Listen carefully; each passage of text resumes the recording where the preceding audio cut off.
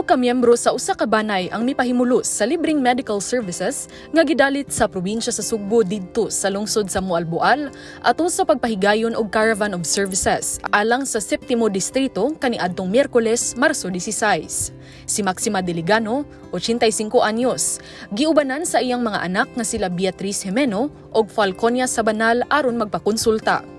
Personal siya nga gi-check ni Dr. Tessie Rosa, usa ka ophthalmologist ug nasuta nga dunay katarata ang iyang duha ka mata.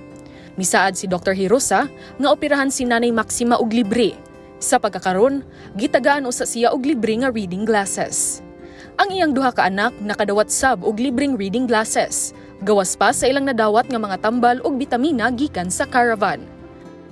Dako na kay nang hinabang ko ani na lang gobyerno. Ani na ng gobyerno ko din eh. Tabang namo aning amo ang mga problema sa among panglawas. Nakakuan jud mi. So nalipay jud mi nga naa mi. Ano lang ani mi dinhi kay naibaw mi nga naay kuan. Mga hinabang ay panghatag sa atong panglawas. Nakadayeg usab si Beatriz sa aktibong panirbisyo sa Kapitolyo bisan pa man sa mga katalagman nga miabot sa Sugbo.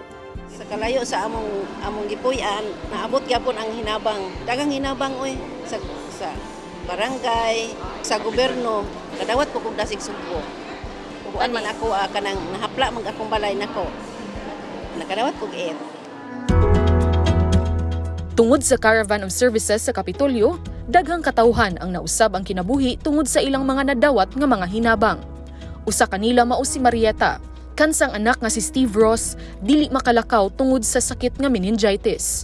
Emosyonal si Marieta nga midawat sa pediatric wheelchair gikan ni Gobernador Gwen Garcia. Hindi na naman may magkugos.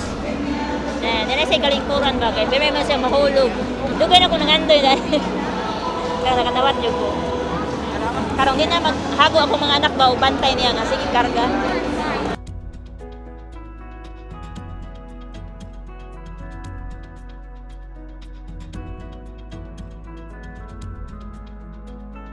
Gikalipay usab ni Lionela Mirafuentes ang pagdawat sa wheelchair alang sa iyang 15 anyos nga anak nga si June Lee, kinsa may sakit nga muscular dystrophy.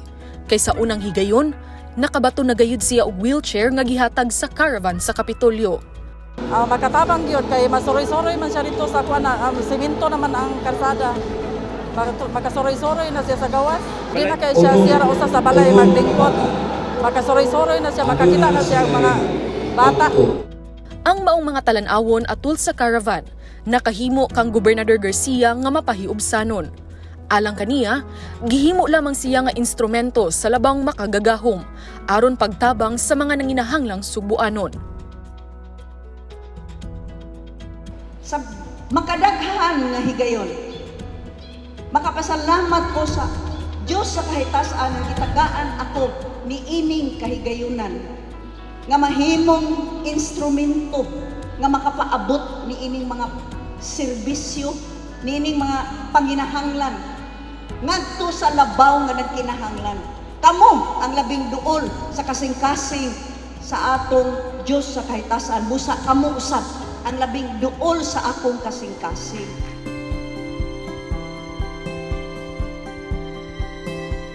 Gawas sa mga serbisyong medikal, miapod-apod sab ang Kapitolyo pinanguluhan ni Gobernador Gwen Garcia sa nagkalaing-laing serbisyo sama sa libreng anti-rabies vaccine sa mga pets. Nag-apod-apod og mga toilet bowls. Nanghatag na usab og group accident insurance ug mga bitamina alang sa mga opisyalis sa lungsod ug barangay. Ilabi na ang mga barangay volunteers nga libreng nagserbisyo sa katawhan. Nanghatag usab ang Agriculture Office og binhi sa utanon ug mga kahoy nga mamunga ug tilapia fingerlings alang sa mga mag-uuma. Uban sa report ni Juanes Arong, Paula Mendoza, Balita sa Sugbo.